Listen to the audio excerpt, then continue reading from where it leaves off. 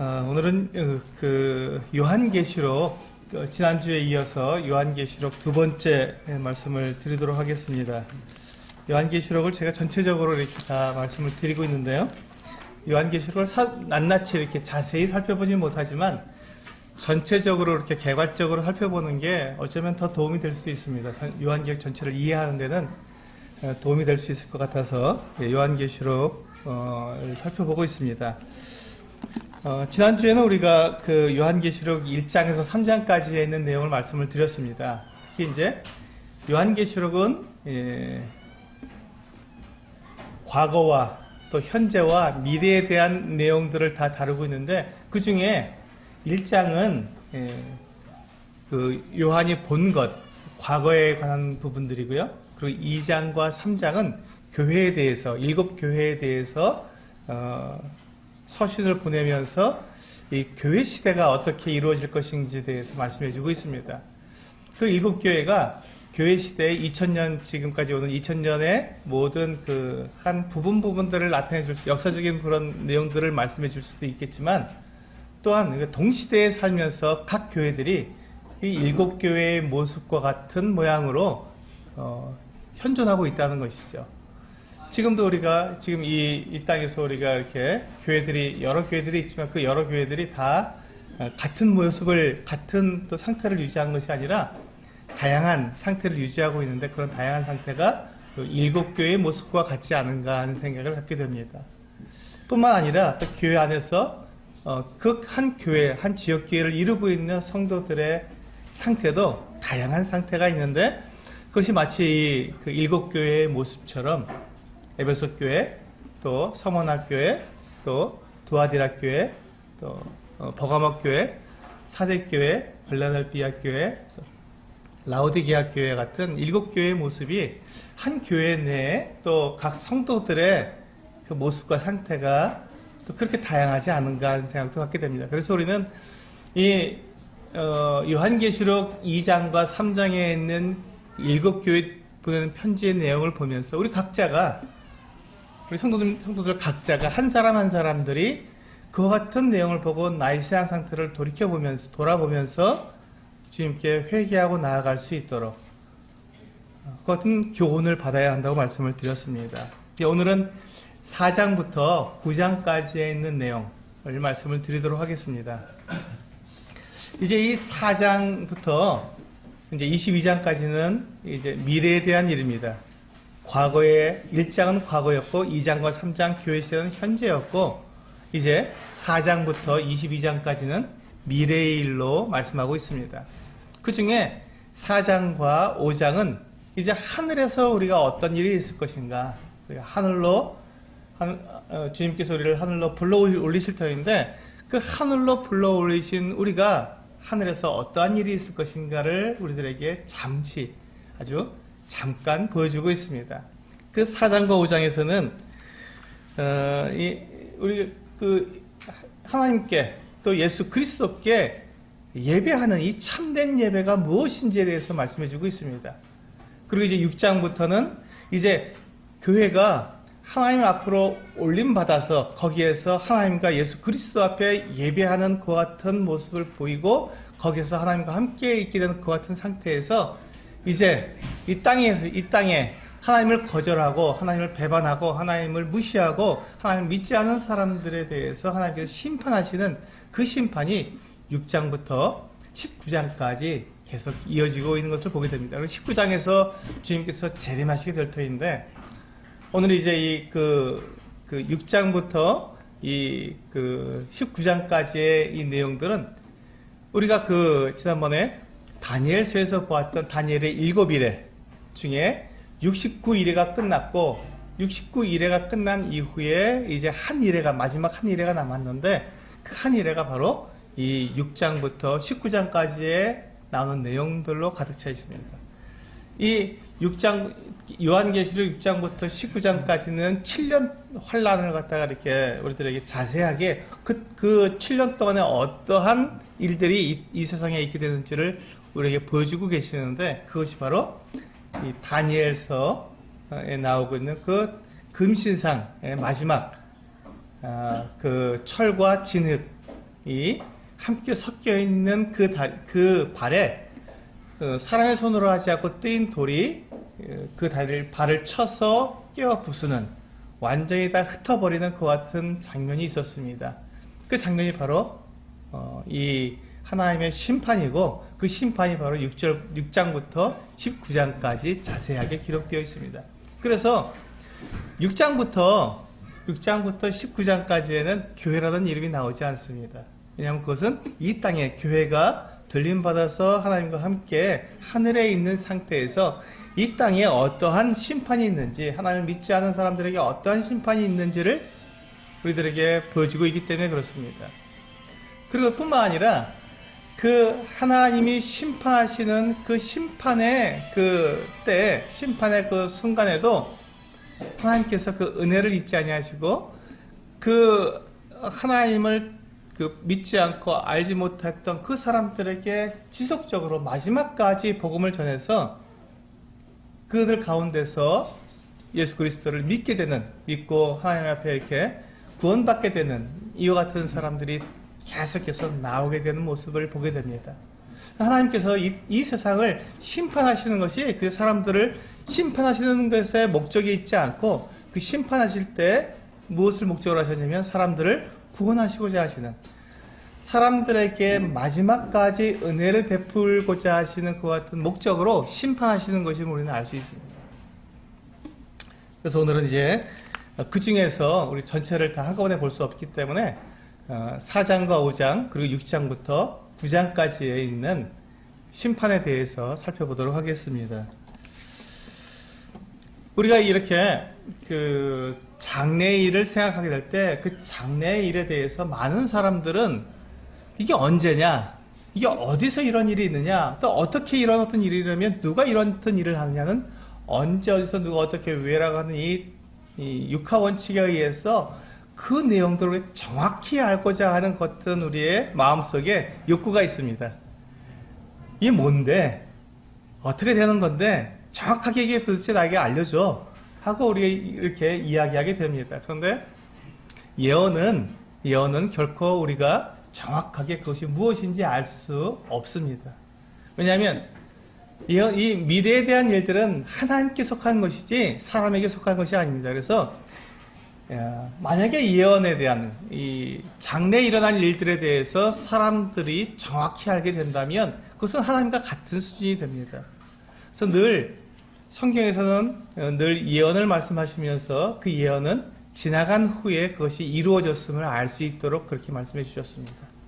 그래서 그 누구도 지금 이 성경을 읽고 예언에 대해서 많은 사람들이 이것은 이것이다라고 미리 그것이 분명하게 그것을 이야기하는 그 과정 속에서 수많은 이단들이 나와 있습니다. 그리고 그것이 언제 이와 같은 일이 일어난다는 것을 또한 사람들이 분명하게 그 날짜와 시간을 정함으로써 또 이단들이 만들어졌습니다. 최근에도 그와 같이 이 시한부 종말론자들이 계속해서 이렇게 활동하고 있는 것을 보게 됩니다. 놀라운 일이죠. 그런데 이 하나님의 말씀은 우리들에게 분명히 말씀해 주고 있습니다. 우리 마태복음 24장 36절을 보시면 주보에 나와 있습니다. 같이 한번 읽어보실까요? 마태복음 24장 36절 같이 한번 읽어보겠습니다. 시작. 그러나 그 날과 그때는 아무도 모르나니 하늘의 천사들도 아들도 모르고 오직 아버님만 아시느니라. 그렇습니다. 주님은 우리들에게 이 예언에 대해서 장래에 어떤 일이 일어날 것에 대해서 말씀해 주시지만 그것이 언제 어떻게 누가 무엇을 어떻게 왜 그렇게 하는지에 대해서는 알려주시지 않으셨습니다. 다만 그런 일이 있을 거라고만 말씀해 주셨습니다. 그래서 우리가 장래에 어떤 일이 우리에게 일어날지를 알고 그것에 대해서 우리가 준비하고 기다리라고 말씀해 주셨지, 이것이 언제 어떻게 누가 이렇게 하는지에 대해서 정확하게 말씀해 주시지 않았기 때문에 그것을 알려고 하는 것 자체가 우리들에게 있어서 큰 문제가 되는 것이죠. 그래서 과거에 많은 분들이 이런 주의 종말이 몇 년도에 일어날 것이다, 1988년도에 일어날 것이다, 92년도에 일어날 것이다, 또 최근에는 2017년도에 일어날 것이다. 뭐 또 앞으로도 있어요. 또 몇 년도에 또 일어날 것이다 하는 이 같은 수많은 거짓 확신을 사람들에게 주어서 사람들을 미혹하고 넘어지게 만들고 있습니다. 성경에서 분명하게 그때와 그 시기는 아무도 알지 못한다고 말씀하셨음에도 불구하고 사람들은 그것을 알고 싶어하는 그 욕망에다가 이게 여러 가지 그 속임수, 여러 가지 이게 미혹하는 말을 가지고 넣어서 사람들을 이렇게 혼란하게 만드는 것이죠. 잘못된 날짜, 자기 나름대로 이 계산법을 동원해서 어떤 계산해서 이날이다 하고 이렇게 주장하는 바람에 많은 사람들이 거기서 혼란을 겪게 되는 것이죠. 그래서 분명하게 말씀하고 있습니다. 예언은 사람들이 미리 그것을 알 수가 없습니다. 그와 같은 어떤 일들이, 어떤 현상들이 일어날 것은 우리가 예측할 수 있고 그와 같은 일들이 장래에 일어날 것이구나 하는 것을 우리가 준비할 수는 있어도 그것이 언제 어떻게 누가 그와 같은 일들을 하는지에 대해서는 전혀 우리에게 알려주시지 않습니다. 그래서 요한계시록뿐만 아니라 예언들은 다 상징으로 기록이 되어 있습니다. 알지 못하도록 상징으로 말씀해 주신 것입니다. 만약에 하나님께서 우리가 언제 어느 때 어떻게 될 것을 정확히 알기를 원하셨다면 결코 그것을 상징으로 말씀하시지 않으셨을 것입니다. 이사야서에서 보면 고레스라고 하는 사람이, 고레스 왕이 이스라엘 백성, 유다 백성들을 바벨론에서 예루살렘으로 돌아가게 할 것을 그 이름을 들어서 예언하셨습니다. 이사야서 보면은 내 종 고레스가 그 같은 일을 할 것이라고 분명히 말씀하셨습니다. 그것은 사람들이 그것을 알 수 있도록 하나님께서 알기를 원하셨기 때문에 그 이름을 정확하게 말씀하신 것입니다. 그는 사람들이 혼동할 필요가 없기 때문에 내 종 고레스라고 분명하게 그 이름을 들어서 하나님께서 예언을 하셨습니다. 그런데 그 외에 다른 그 예언들을 보면 그렇게 이름을 들거나 또 그렇게 사람들의 어떤 그 날짜를 들거나 그렇게 해서 우리에게 가르쳐 주지 않습니다. 그 이유가 우리가 그것을 기다리기를 원하셨고 또 그것을 그와 같은 일들을 우리가 그 하나님께서 행하시는 것들을 통해서 우리가 교훈을 받기를 원하시는 것이지 그 어떤 일이 일어날 것인가 하고 그 날짜에 우리가 집중해서 그 일이 일어날 것인가 아니랄 것인가 우리가 검증하는 대상으로 우리를 삼지 않으셨다는 것입니다. 심판은 하나님께서 하시는 것이지 사람이 하는 것이 아닙니다. 하나님이 하시는 일을 사람들이 이렇게 심판하고 검증하고 하나님 정말 옳게 하셨네? 하나님 정말 옳게 일을 처리하셨구나. 이렇게 사람들이 하나님을 검증하도록 성경은 말씀하고 있지 않습니다.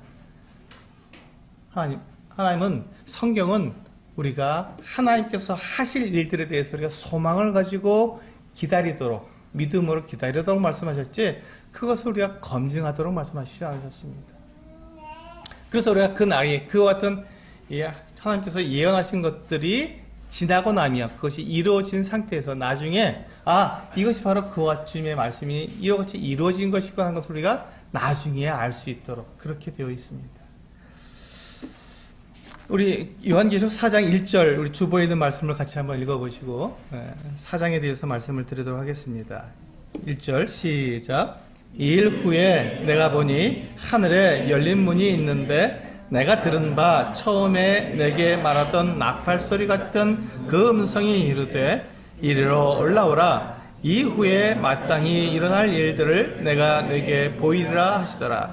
여기 보시면 이리로 올라오라 라고 요한을 이 땅에 있던 요한을 하늘로 불러 올리시는 것을 볼 수 있습니다.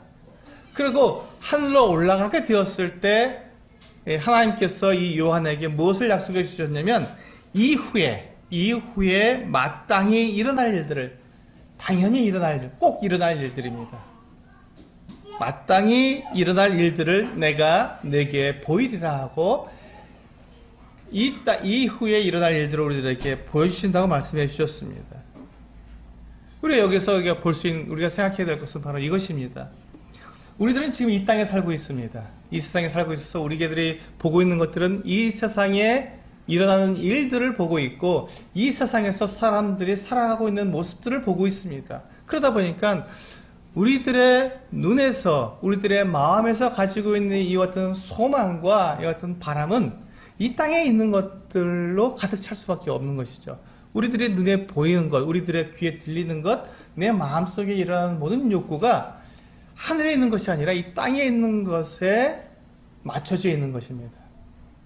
그래서 우리가 예수 그리스도를 믿고 거듭난 그리스도인들의 이 삶 속에서도, 그리고 그 눈 속에서도 하늘을 바라보는 것이 아니라 이 땅에 있는 것들을 우리가 소망하고, 어떻게 하면 내가 다른 사람들처럼 그렇게 더 성공적인 삶을 살 수 있을까, 이 땅에서 어떻게 성공할 수 있을까 하는 것에 우리의 마음이 가고 우리의 생각이 가 있고 내 눈이 가 있을 수밖에 없다는 것이죠. 그래서 주님께서는 이 계시록을 우리들에게 허락해 주신 것입니다.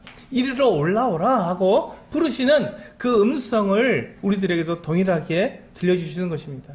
우리가 이 땅에서 살아가고 이 땅이 우리가 전부가 아니고, 우리들의 지금 현재 우리가 살아가고 있는 이 땅에서 우리들의 입장에서 볼 땐 이 세상이 전부처럼 보입니다. 그리고 이 땅에서 우리가 내 육체가 누리는 것이 전부처럼 보이고, 내가 사람들에게 인정받는 것이 성공의 모든 것의 척도인 것처럼 보이지만, 하나님께서는 바로 그때 우리가 그와 같이 이 세상에 우리의 눈을 두고 있을 때 우리들에게 말씀하시는 것입니다. 이리로 올라오라. 그래서 우리가 이 땅에서 우리의 눈을 들어서 저 하늘에 우리의 시각을 두고 하늘에서 우리가 하나님께서 우리들의 베푸실 것들을 바라보게 된다면, 이후에 마땅히 될 일들을 우리가 보게 되었을 때 우리의 소원, 우리의 소망, 우리의 가치를 어디에 두고 살아갈지가 결정된다는 것이죠. 그래서 지금 하늘에 올라간 요한이 무엇을 보고 있는지 우리 요한계시록 4장 한번 보시면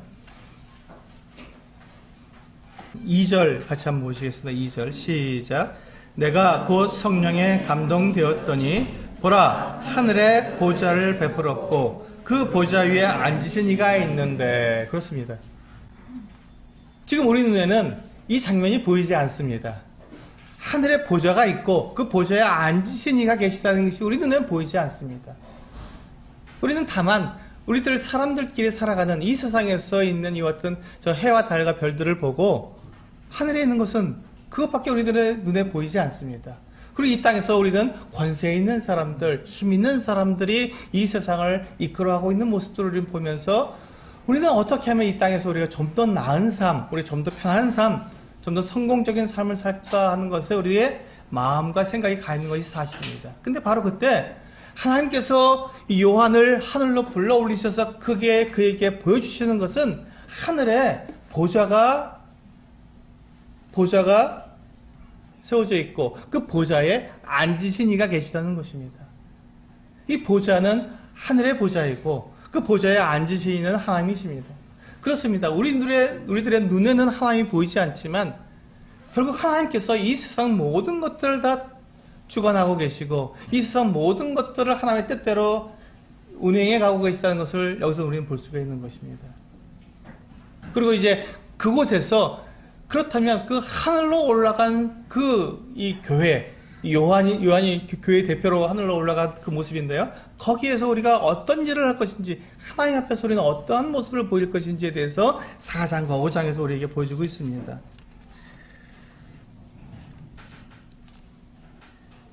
네, 10절을 보시면요. 4장 10절 한번 같이 읽어보시겠습니다. 시작.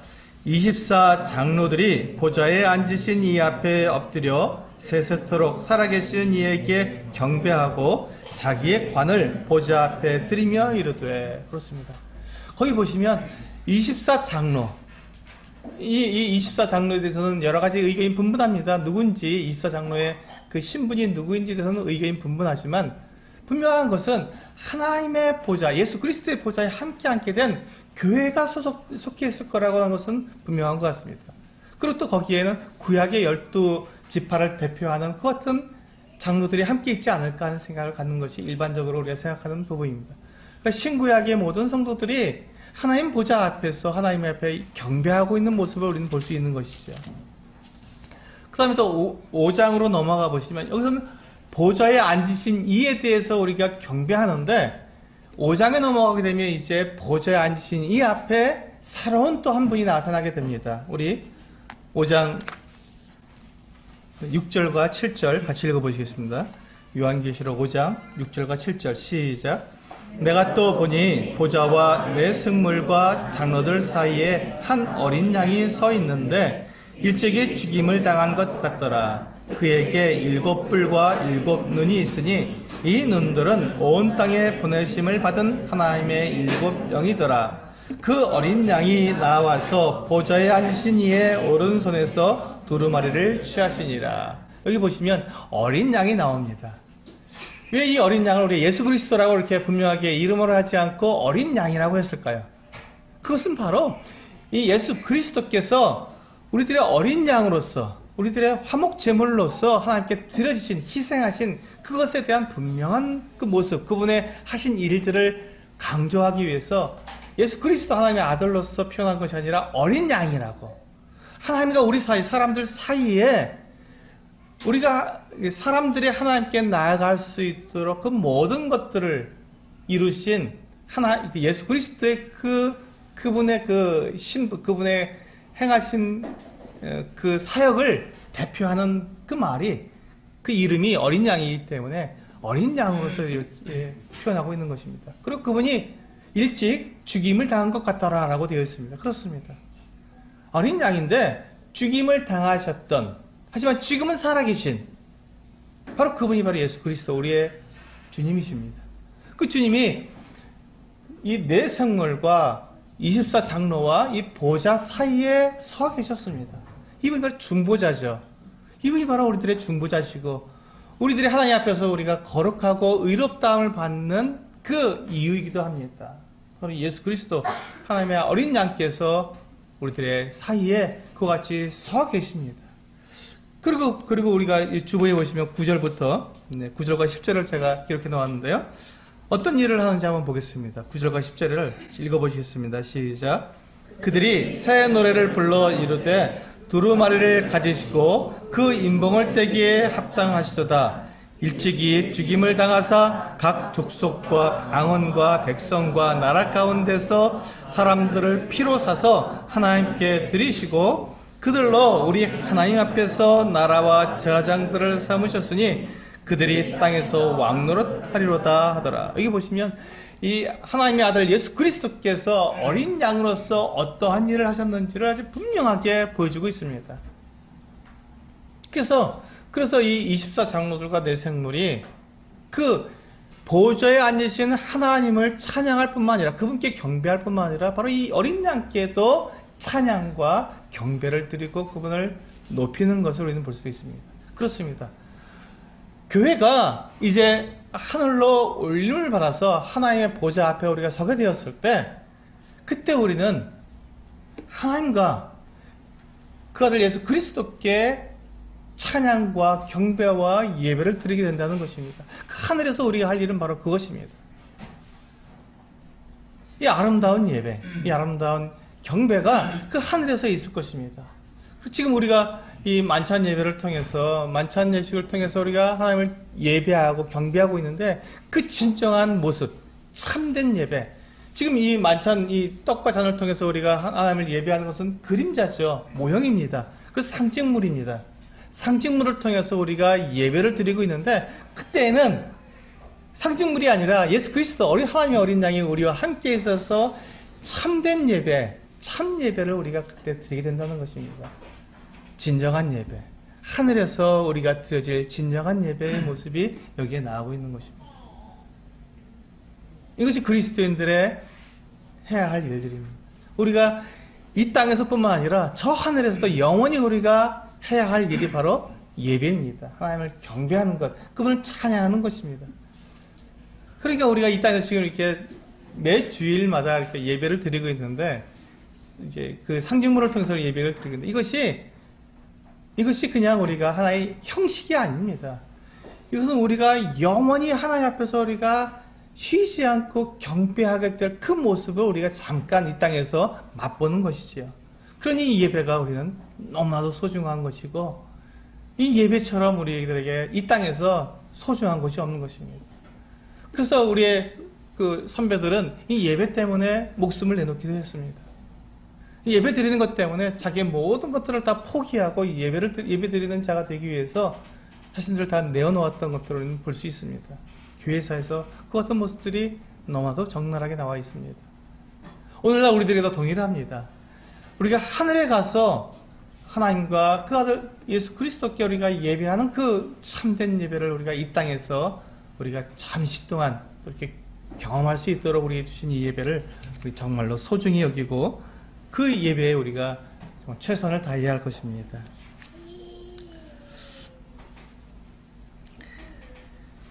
우리가 이와 같이 이 하늘에서 있는 이 일들, 이 참된 예배의 모습, 하늘에서 우리에게 주어진 이 놀라운 신분, 예수 그리스도와 함께 그 보좌에 함께 앉게 된 우리의 신분을 생각하면서 정말 우리가 봐야 할 것, 우리가 이 땅 가운데 살고 있는 우리의 눈이, 우리의 마음이, 우리의 생각에 가야 할 곳이 과연 어디인가 하는 것입니다. 그것을 우리 골로새서 3장 1절에서 6절은 이와 같이 말씀하고 있습니다. 같이 한번 읽어보시겠습니다. 골로새서 3장 1절에서 6절 시작. 그러므로 너희가 그리스도와 함께 다시 살리심을 받았으면 위의 것을 찾으라. 거기는 그리스도께서 하나님 우편에 앉아 계시느니라. 위의 것을 생각하고 땅의 것을 생각하지 말라. 이는 너희가 죽었고 너희 생명이 그리스도와 함께 하나님 안에 감추어졌습니다. 우리 생명이신 그리스도께서 나타나실 그때 너희도 그와 함께 영광 중에 나타나리라. 그러므로 땅에 있는 지체를 죽이라. 곧 음란과 부정과 탐욕과 악한 정욕과 탐심이니 탐심은 우상 숭배니라. 이것들로 말미암아 하나님의 진노가 임하느니라. 그렇습니다. 우리는 땅의 것을 생각하는 것이 아니라 저 위의 것을 생각해야 합니다. 우리의 모든 것에 우리의 모든 소망은 이 땅에 있지 않고 하늘에 있기 때문에 그렇습니다. 이 땅은 잠시 있다가 사라져 버릴 것입니다. 그것을 우리 이제 6장부터 19장까지 해서 이 땅에 있는 것들이 어떻게 멸망하는지 자세하게 우리는 볼 수 있습니다. 우리 6장 1절을 한번 보실까요? 네, 요한계시록 6장 1절 같이 읽어보시겠습니다. 시작. 내가 봄에 어린 양이 7인 중에 하나를 떼시는데 그때 내가 들으니 내 생물 중에 하나가 우레소리같이 말하되 오라 하기로. 그렇습니다. 이제 예수 그리스도께서 그 두루마리 앞뒤로 안팎으로 그리스여 있는 그 두루마리에 7개의 인으로 봉인이 되었는데 그 인을 떼시기 시작합니다. 근데 그 봉인된 인을 뗄 때 주님께서 예수 그리스도께서 이제 이 땅에 있는 주님의 그 사랑하는 주님을 믿고 주님의 몸이 된 교회가 이제 하늘로 올라와서 하늘에서 하나님을 경배하고 예배하고 있기 때문에 이제 이 땅에 하나님을 거절하고 믿지 않은 사람들에 대한 심판을 시작할 수가 있는 것이죠. 그래서 이 인을 뗄 때마다 심판이 시작됩니다. 그 첫째 인과 둘째 인, 셋째 인, 넷째 인을 떼는데 이 네 인을 뗄 때마다 각각 말이 나오고 말 탄 자가 나와서 이 세상에서 이 세상을 심판하게 되는 것을 보게 됩니다. 첫 번째 말은 백마입니다. 흰 말을 타고 나와서 그가 활을 가졌는데 그가 나아가서 이기고 또 이기는 그 같은 모습을 보여주고 있습니다. 이 백마를 탄 이 사람은 아마 천사겠죠. 그는 결코 그리스도가 아닙니다. 그는 그리스도를 모방한 자이고 아마도 적그리스도가 될 것입니다. 그래서 그가 나와서 이 활을 들고 그 활로다가 싸워서 이기는 거예요. 이 세상에 있는 사람들을 다 심판하는 것입니다. 그리고 그가 이 땅을 정복하게 될 것입니다. 무서운 일이죠. 주님께서도 백마를 타고 오시게 되는데 그건 19장에서 오시게 됩니다. 아직 주님은 재림하시지 않습니다. 아직. 그리고 이 땅에는 주님께서 심판하시는 그 같은 심판을 허락하셨는데 지금 이 백마를 탄 자가 그것이 이 땅에서 이 땅을 정복하고 두 번째 인을 뗄 때 우리가 붉은색 말이 나오게 되는데 이 붉은색 말은 전쟁을 의미합니다. 그 온 세상에 전쟁이 임하게 되는 것이죠. 서로가 싸우고 죽고 죽이는 끔찍한 전쟁이 있습니다. 지금은 우리가 인류 역사상 이렇게 이와 같은 평화의 시대가 없습니다. 지금은 전쟁들이 별로 일어나지 않습니다. 지금은 물론 국지전이 조금씩 일어나지만 이와 같이 오랜 기간 동안 전쟁이 없는 시대가 없었습니다. 늘 사람들은 전쟁을 하고 있었는데 지금은 평화의 시대입니다. 거의 전쟁이 없죠. 그런데 이제 이 마지막 때에는 우리가 상상할 수 없을 만큼 무서운 전쟁들이 곳곳에서 일어나게 될 것입니다. 수많은 사람들이 죽고 수많은 아비 규환이 일어나게 될 것입니다. 세 번째 인을 뗄 때 세 번째 말이 나오는데 그 말은 검은색 말이었습니다. 검은색 말. 검은색 말은 그 죽음을 의미하죠. 그래서 그 뒤에 보면은 그 저울을 들었는데 무서운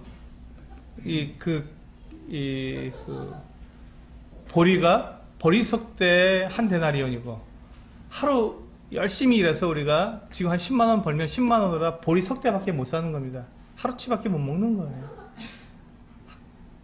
내 식구가 산다면 내 식구가 보리석대로 하루를 먹고 그 다음 날이 되면 또 하루 일을 해서 품삯을 받으면 그걸로 겨우 보리석대를 사는 거예요. 얼마나 끔찍한 일입니까? 기근이 있고 흉년이 있고 그래서 그 안에서 죽음이 줄을 잇는 것이죠. 그 네 번째 인을 뗄 때 청황색 말이 나옵니다. 이 청황색 말은 이제 이 온갖 질병과 또 사고와 이런 것들에서 그것 역시 죽음을 의미합니다. 이 네 인을 뗐을 때 네 말이 나오고 네 가지 심판이 임하게 됐을 때 너무 끔찍한 일들이 나오죠. 이 세상에 정말 너무도 무서운 일들이 일어나게 됩니다. 그리고 다섯 번째 인을 뗐을 때 그때 이 순교자들이 나옵니다. 순교자들이 죽임을 당한 영혼들이 제단 아래 나와서 하나님께 우리들의 이 억울함을 언제까지 신어주지 않겠습니까? 라고 구하는 그 같은 장면들이 나옵니다. 하나님께서 이 땅을 이것이 심판하시는 이 때에도 이 환난 중에서 순교를 통해서 주님을 믿게 되는 어떤 순교자들이 나올 것을 말씀해 주고 있는 것입니다. 이것은 이제 7장에 가서 더 자세하게 나오게 되는데요. 그리고 이제 12절에 보시면 여섯 번째 인을 떼게 됩니다. 주님께서 여섯 번째 인을 떼게 될 때 이때는 정말 놀라운 무서운 일들이 일어납니다. 보시면 큰 지진이 나며 해가 검은 털로 짠 상복같이 검어지고 달은 온통 피같이 되며 하늘의 별들이 무화과 나무가 대풍에 흔들려 설익은 열매가 떨어지는 것 같이 땅에 떨어지며 하늘은 두루마리가 말리는 것 같이 떠나가고 각 산과 섬이 제자리에서 옮겨지며 하늘과 땅에 어마어마한 두려운 일들이 일어난다고 말씀하고 있습니다. 여러분, 우리가 보고 있는 해와 달과 별들, 그리고 이 산과 나무, 강, 바다, 이 모든 것들이 굉장히 견고하고 또 영원히 갈 것처럼 보이지만 그렇지 않다는 것입니다. 하나님께서 심판하시는 그날 이 온 우주가 큰 변혁이 일어나게 될 것입니다. 우리 눈으로 보이고 우리 눈으로 정말 사랑하고 있고 우리가 정말 의지하고 있는 이 세상이 한순간 다 이렇게 멸망하게 된다는 것입니다. 그래서 이 17절에 보시면 6장 17절에 보시면 그들의 진노의 큰 날이 이르렀으니 누가 능히 서리요 하더라. 아무도 설 수 없다고. 하나님의 이 진노의 심판 앞에 아무도 설 수 없다고 말씀하고 있습니다. 이것이 언제 일어난다고요? 7년 대환란 동안에 처음에 일어나는 일입니다. 무서운 일입니다. 사람들이 이 세상에 마음을 두고 이 세상에서 우리가 평안을 누리고 성공하려고 애쓰는 그 세상이 하나님 앞에서 이와 같은 심판을 당하게 된다는 것입니다. 그리고 이제 7장으로 넘어오게 되면 이제 7장 1절은 이와 같이 시작하고 있습니다. 이 일 후에 내가 내 천사가 땅 네 모퉁이에 선 것을 보니 땅의 사방에 바람을 붙잡아 바람으로 하여금 땅에나 바다에나 각종 나무에 불지 못하게 하더라. 이제 이렇게 지금 그 네 천사를 붙들어서 이 세상에 심판을 잠깐 멈춰 주셨습니다. 그리고는 이 4절에 보시면 이제 이스라엘 백성들 가운데서 이스라엘 12지파의 각 지파당 1만 2천 명씩, 그래서 총 14만 4천 명의 이마에 하나님께서 이 천사를 보내어서 도장을 찍게 됩니다. 인을 쳤다는 말은 도장을 찍었다는 말입니다. 도장을 찍어서 그 사람들을 특별히 하나님께서 선택하신 것을 볼 수 있습니다. 그리고 이 사람들은 14만 4천 명은 이 7년 대환란 기간 동안에 죽지 않고 끝까지 살아서 맨 마지막에 주님 앞에 서게 됩니다. 그들을 보호하시는 것이죠. 하나님이 그 이마에 인을 치셔서 그들이 죽지 않고 이 모든 환란과 모든 전쟁과 모든 기근과 이 어려움 속에서도 끝까지 살아남아서 무엇을 합니까? 복음을 전하는 것이죠. 이들이 전도자들입니다.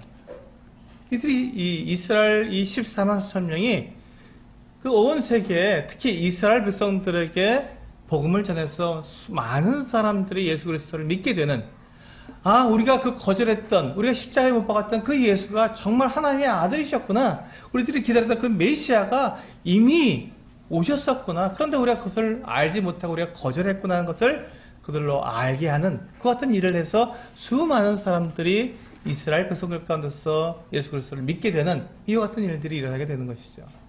그리고 또 그와 같은 일과 더불어서 9절에 보시면 새로운 또 무리들이 나오게 됩니다. 7장 9절에 보시면 이 일 후에 내가 보니 각 나라와 족속과 백성과 방언에서 아무도 능히 셀 수 없는 큰 무리가 나와 흰 옷을 입고 손에 종려가지를 들고 보좌 앞과 어린 양 앞에 서서, 여기 이 사람들의 그 신분을 보시면 이 사람들은 어디 출신이라고요? 각 나라와 족속과 백성과 방언에서, 이 사람들은 이스라엘 백성들이 아닙니다. 이 사람들은 이방인들이죠. 지금 이스라엘 백성들 중에서는 14만 4천 명을 하나님께 따로 부르셨습니다. 이들이 전도자로서 이제 끝까지 7년 동안 계속해서 복음을 전할 사람들입니다. 그 외에 이방인 중에서 셀 수 없는 수많은 사람들이 예수 그리스도를 믿고 나오게 되는, 근데 이 사람들이 아마도 그 아까 우리 앞에서 봤던 6장에서 보았던 5번째 인을 뗄 때 보았던 그 사람들, 그 순교자들이 아닌가 생각이 됩니다. 그래서 보시면 14절에 보시면 내가 말하기를 내 주여 당신이 아시나이다 하니 그가 나에게 이르되 이는 큰 환난에서 나오는 자들인데 어린 양의 피에 그 옷을 씻어 희게 하였느니라. 이들은 큰 환난, 이 7년 대환란 가운데에서 예수 그리스도를 믿고 복음을 들어서 예수 그리스도를 믿고 순교당한 자들, 그 같은 자들로 여겨지게 됩니다. 그래서 그들이 어린 양의 피에 옷을 씻어 희게 됐다라고 말씀하고 있습니다. 근데 이들은 교회는 아닙니다. 14만 4천 명도 교회에 속하지 않습니다. 지금 그리고 이 이방인 가운데서 이 어린 양의 피에 그 옷을 씻어 희게 된 이 허다한 무리들도 교회는 아닙니다. 왜냐하면 교회는 이미 하늘에 올라가 있기 때문에 그들은 교회에 속하지는 않았습니다. 그러나 그들도 동일하게 예수 그리스도를 믿고 구원받은 사람들입니다. 교회와는 신분은 다르지만 그들은 이 땅 가운데서 예수 그리스도를 믿은 이삭 죽기와 같이 이 땅에서 심판 가운데서 하나님께서 그들에게 은혜를 베풀어서 구원하시는 자들이 된 것입니다. 그리고 이제 우리가 8절에 넘어가면 드디어 한 번 남은 7번째 인을 떼게 됩니다. 8장 1절은 이렇게 시작하죠. 7째 인을 떼실 때 하늘이 반 시간쯤 고요하더니, 그리고 이제 그 7번째 인에 속해 있는 7 나팔 심판이 나타나게 됩니다. 7명의 천사가 나타나서 각각 나팔을 하나씩 들고 있습니다. 그리고 이 각 천사가 한 번 나팔을 불 때마다 새로운 또한 심판이 이 땅에 임하게 되는 것입니다. 그리고 이제 이 심판은 7번째 천사가 나팔을 불 때 7 대접이 또한 이 땅에 열려져서 또 새로운 심판이 있게 됩니다. 그러니까 심판이 지금 3중으로 인심판, 나팔심판, 그리고 대접심판까지 이렇게 3중으로 되어 있는 이 심판이 이 땅 가운데 7년 동안 쏟아지게 되는 것이죠. 이 무시무시함, 이 정말 끔찍함이 이 땅 가운데 일어나게 되는 것입니다.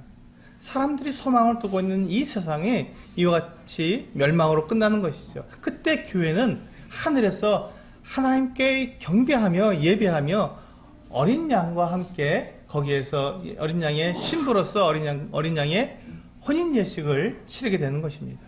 정말 완전히 다른 운명을 가지게 되는 것입니다. 8장에 보시면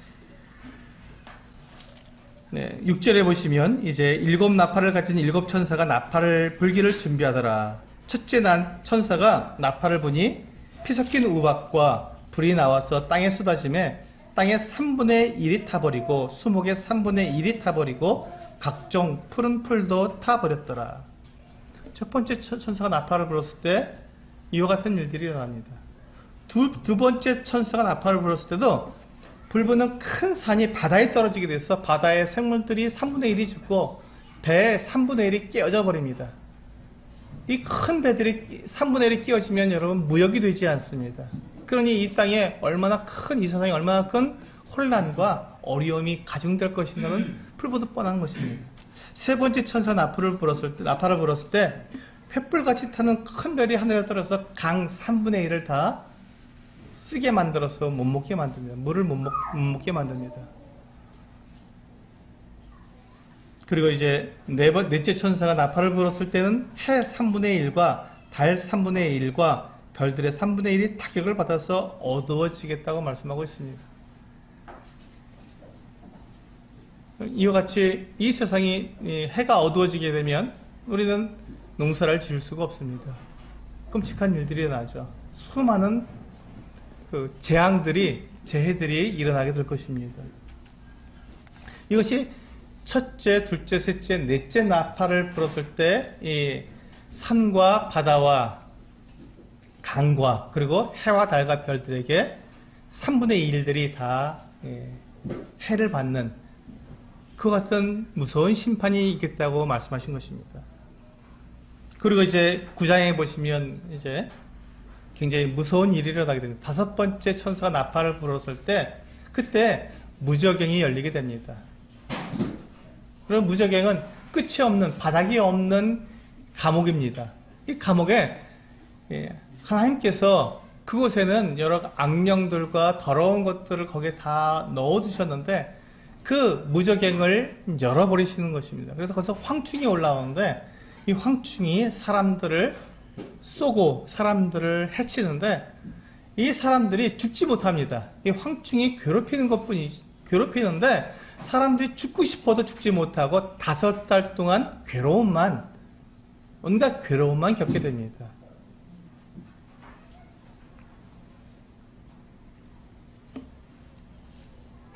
그것이 다섯 번째 천사가 나팔을 불었을 때 있게 되는 일이고요. 13절에 보시면 여섯 번째 천사가 나팔을 부는데 그때 이 여섯째 천사가 나팔을 불었을 때 이 천사가 이제 그 유브라데 강에다가 이 네 목퉁이에 있었던 이 천사들을 놓아서 풀어주게 됩니다.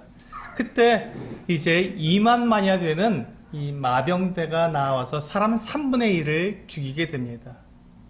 사람의 3분의 1을 죽이게 됩니다.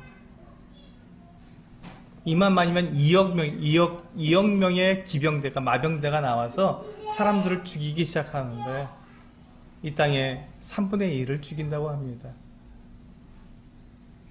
3분의 1이면요, 우리가 지금 70억이니까 한 몇 억 정도 되죠? 20몇 억 되겠죠? 이렇게 많은 사람들이 심판을 받아서 죽게 되는 것입니다.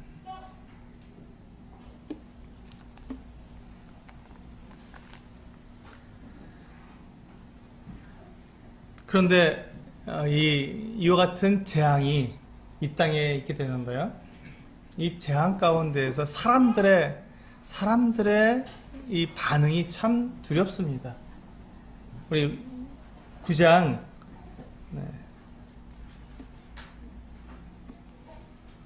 9장 20절과 21절 같이 읽어보시겠습니다.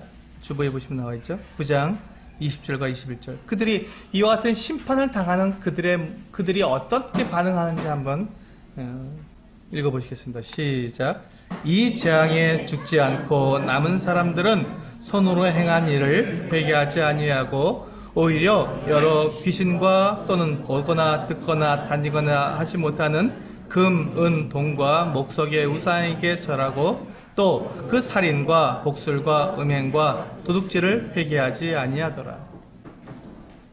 이것이 우리 사람들의 반응입니다. 하나님의 심판을 보면서도 그것을 하나님의 심판으로 보지 않고 이것은 우리들이 능력이 없어서 우리들이 실수해서 우리들이 뭐 잘못해서 지금 이렇게 이 모든 것들이 이런 일들이 일어나는 거야. 우리가 좀 더 능력을 가지고 좀 더 힘을 가지게 되면 우리가 좀 더 성공적으로 이와 같은 일들을 하게 되면 이게 다 회복될 거야 하는 이와 같은 생각으로 오히려 그들의 그 부족한 힘, 그들에게 부족한 능력을 우상에게 구하는 것을 볼 수 있습니다. 하나님께 구하는 것이 아니라 우상에게 구하는 거예요. 우상에게 도와달라고 합니다. 그러면서 그들이 계속해서 살인과 복술과 이 거짓말을 결코 음행, 도둑질을 결코 멈추지 않고 계속해서 행하는 것을 볼 수 있죠. 그들의 눈은 이 같은 심판을 통해서도 하나님을 보지 못하고 하늘에 우리들이 영원한 생명이 있다는 것을 알지 못하고 복음을 들으면서도 복음을 거절하고 계속해서 그들은 이 땅에서 그들의 소망을 두고 살아간다는 것입니다. 이것이 사람들의 마지막 때에 있을 사람들의 모습이고 심판 때에 있을 사람들의 모습입니다. 그와 반면에 또 어떤 사람들은 이 복음을 듣고 예수 그리스도를 믿게 되는데 그 사람들은 결국 이 순교를 통해서 그들의 믿음을 증명해야 되는 이와 같은 때가 됩니다. 그러므로 지금 아직 교회 시대가 아직 끝나지 않고 성령께서 우리들에게 복음을 통해서 예수 그리스도를 믿음으로 구원받게 하시는 이 놀라운 이 때가 아직 우리에게 있다는 것은 이것은 은혜의 때이고 우리들에게 하나님께 주신 우리에게 선물이고 우리는 지금까지 우리에게는 하나님의 복이 우리들에게 여전히 주어지고 있다는 사실입니다. 그러나 곧 하나님께서 우리들에게 약속하신 이 장래에 될 일, 앞으로 될 장차 마땅히 될 일들이 곧 일어나게 될 것입니다. 그러므로 우리들의 눈과 우리들의 마음의 모든 생각들을 우리는 어디에 우리는 소망을 둬야 하는 것이냐는 것입니다. 우리는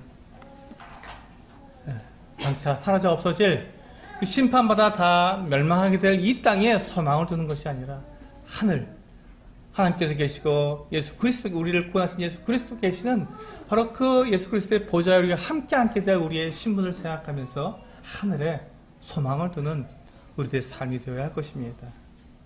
그렇습니다. 그리스도에 대한 소망 20번째 요한계시록 2번째 이야기를 통해서 우리는 우리의 소망을 이 땅에 이 처참한 심판받을 이 땅에 두는 것이 아니라 하늘에 우리의 소망을 두고 살아가야 한다는 것을 다시 한번 배우게 됩니다.